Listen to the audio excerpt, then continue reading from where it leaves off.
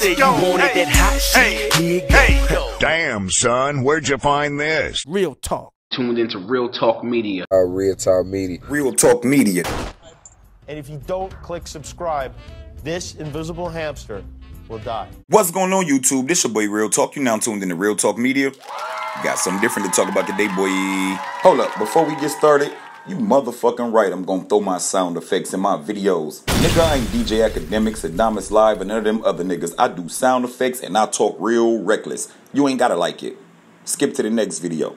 Now, with that being said, hey, y'all already know Charlamagne name been getting drugged through the mud like a motherfucker lately, especially ever since Starter went and interviewed old girl that he was accused of raping. So, y'all know me. I went and dug up the DJ Academics interview from years ago where he was talking to Charlamagne and Charlamagne explained what happened. I also pulled up something else where Charlamagne had been explaining his side of the story.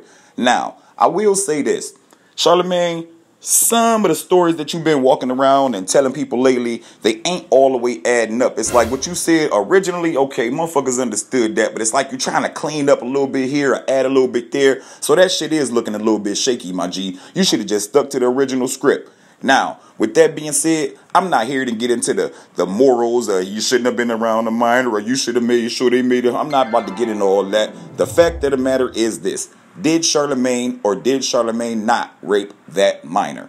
Did he have sex with her? Did he do? That is the topic at hand. So, let's get to this.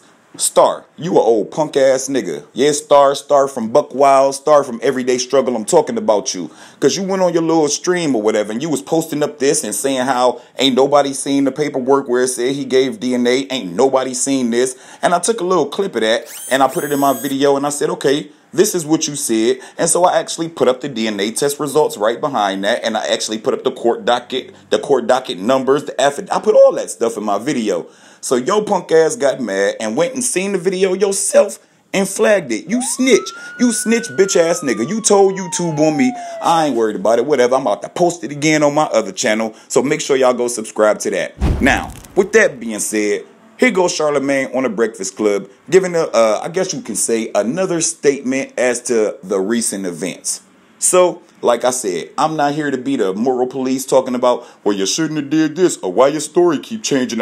Nigga, I'm not the detective. I'm not none of that. All I know is, this is what he got to say. Let's go.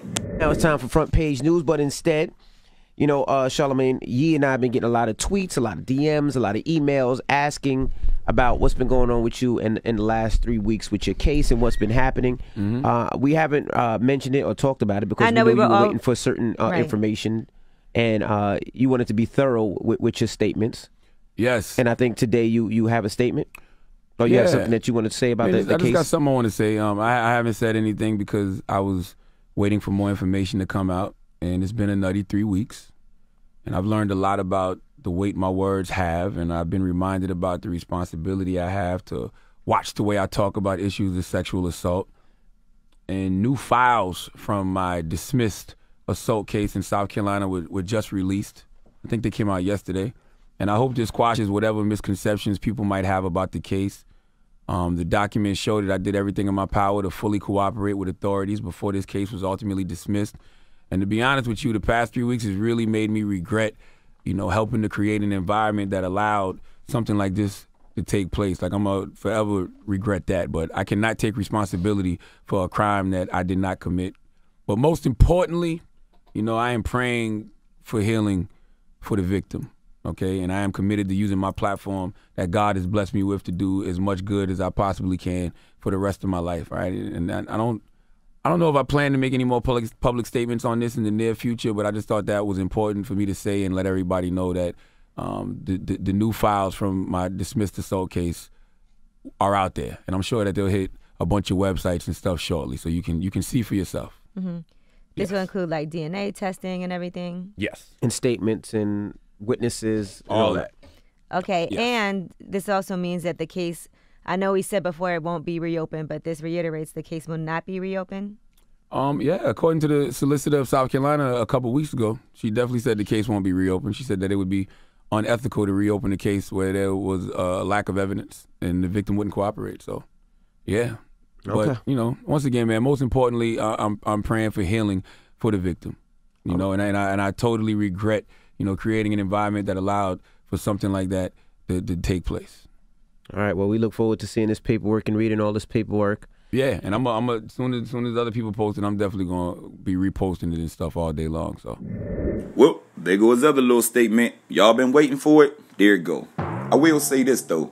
As men, we have a responsibility to ourselves, to the community, to our family, and to our children especially, to make sure that the people that we come into contact with, the ones that we do business with, even if it's just some chick that we trying to fuck, we have to treat them with some type of level of respect or some. It ain't even got to be respect. We just ain't got to be disrespectful to them. And we need to make sure that they at least of age and of sound mind, body, so forth and so on before we go on and do what we feel like we want to do. Because if we continue to go down the road that we going down as men, this world gonna be even more fucked up than it already is. Like, for real, for real. And I will say this, too. It's a lot of you grown-ass niggas out here fucking with them young broads, you little dirty dick-ass niggas. Y'all need to cut that shit out, for real, for real. It's a lot of you niggas out here messing with them young broads. So, it ain't just Charlamagne. All y'all niggas need to cut it out, for real, for real. And don't always blame the girl. Talk about, well, she looked grown, or y'all know how it be when you young and you be it. I ain't got nothing, man. Look, cut all that shit out, bro. Ain't nobody trying to hear that. Drop a comment down below and let me know what y'all think about this. I'm on Twitter at Real Talk Blogs. I'm on Instagram at Real Talk Blogger. Yo, this shit crazy. I'm out. Take us the beat, then I start snapping. Back to rapping, y'all been acting like it's about fashion. Rocking them skinny jeans and them purses. Niggas be dressing like faggots. Doing gay ass dances, but ain't saying shit when they rhyme. But if the beat's something they can dance to, then they think it's something they like. To blow my mind, these niggas be lying like they did crime or they did time like I did mine. You can look me up in 844-8375. But I got caught cause I wasn't that smart as a nigga first thought. And my code's talk, but I still go hard. What the fuck you go? We can take it outside. I get you fucked up, boy, lyrical perfection. Never